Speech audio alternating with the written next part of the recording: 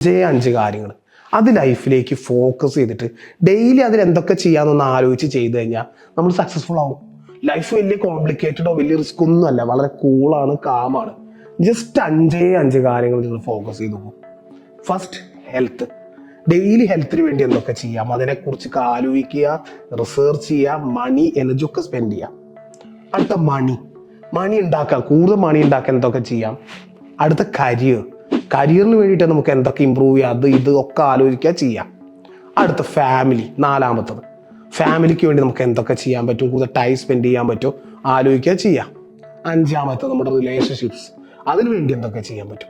ഈ 5 കാര്യങ്ങൾ നമ്മൾ ഫോക്കസ് ചെയ്താൽ മതിയെന്ന്. ലൈഫ് ബ്യൂട്ടിഫുൾ ആണ്, സക്സസ്ഫുൾ ആവും, നമ്മൾ ആഗ്രഹിച്ച ലൈഫ് നമുക്ക് ലീഡ് ചെയ്യാൻ പറ്റും. ഇപ്പൊ എന്താ സംഭവിക്കുന്ന അറിയോ?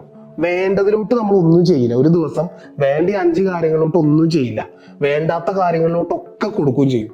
എന്നിട്ട് നമ്മൾ അവസാനം തോൽവിയാവും.